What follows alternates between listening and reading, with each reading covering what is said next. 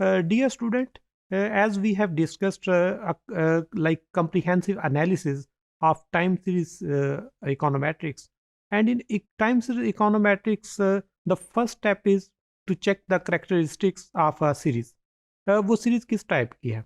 And the basic point is to check the like characteristics of the series. You can like derive the scatter plot of the series, and on the basis of scatter plot you can find the like trend in the series.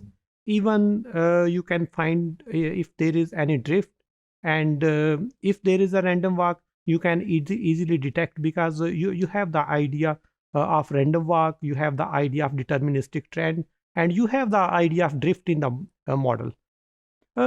जो drift है in economic theory, उसमें उसकी क्या importance है?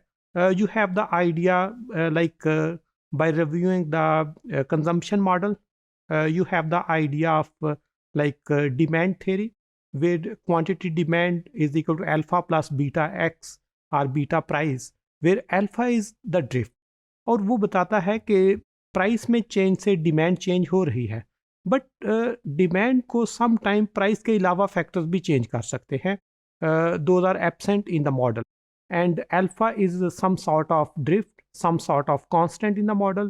So economic series में जितने आप modelling करते हैं, रिसर्च यूज में, रिसर्च पेपर्स में डेटा यूज करते हैं, उसमें आपको एक ड्रिफ्ट का एलिमेंट जो है वो ज़रूर नज़र आएगा. अब जिस वक्त हमारे पास एक टाइम सीरीज अवेलेबल है, हम उसका ग्राफिकल एनालिसिस करेंगे, हम उसका डिफरेंस लेके उसका एनालिसिस करेंगे, देन हम उसके कुरेलोग्राम डिराइव कर सकते हैं. And in correlogram you know about the autocorrelation function, you know about the partial autocorrelation function, और उनकी बेस पे हम डिसीजन लेंगे कि whether the series is stationary or non-stationary. For formal method in detecting the like stationarity and non-stationarity in the series, one of the prominent test of unit root is Dickey-Fuller. अब Dickey-Fuller का test हम informally उसको discuss कर चुके हैं, about the nature of the test, about the nature of the equation, about the estimation procedure. And in estimation procedure, you know that this is change in yt is equal to sigma into yt minus 1. Means this is simple AR1 process. And in this AR1 process, there is error term, and error term having the same like characteristics, mean zero and variance constant. The most important thing is what is association in yt and yt minus 1, और dickey Fuller इसको detect करता है. और detect करने के लिए, जिस तरह पहले हमने कहा था कि if there is unit root, but by modelling the equation, उसमें हम यहाँ पे आए हैं if sigma is equal to 0, या हमने किया था सेकेंड वन के rho is equal to 1, then there is a unit root. और इसका जो नल हाइपोथेसिस है वो वही होगा, there is a unit root. और यूनिट रूट के लिए हम इस पे फॉर्मल प्रोसीजर अप्लाई करेंगे. If you have a series, उस सीरीज में आप उसकी वैल्यू कैलकुलेट करेंगे, और इसके लिए हम टी टेस्ट यूज़ नहीं करेंगे. इसके लिए डिकी एंड फुलर ने एक अपने स्टैटिस्टिक्स एनालिसिस के लिए एक टेबल फॉर्म किया है जिसको टाउ टेस्ट कहते हैं. और टाउ टेस्ट के लिए इसको TAU से हम शो करेंगे टाउ टेस्ट, और ये टी टेस्ट से थोड़ा सा डिफरेंट होगा. और इसको हम जो डिकी फुलर टेस्ट है, इसका नेम भी दो इकोनॉमिस्ट के नाम से, स्टैटिस्टिशियन के नाम से है.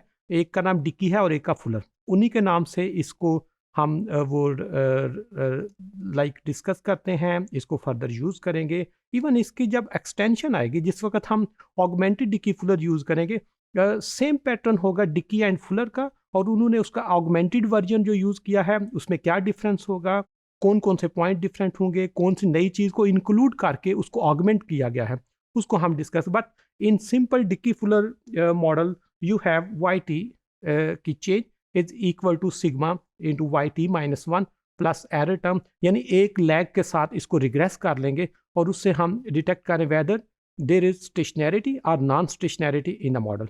अगर सीरीज ओरिजिनल फॉर्म में नॉन स्टेशनरी है, हम उसका डिफरेंस ले लेंगे.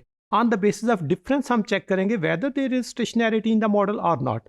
देन हम आगे मूव करेंगे कि किस तरह इसको. लेकिन द फर्स्ट स्टेप और first formal method of detecting the stationarity is unit root, and Unit Root by applying the Dickey and Fuller test.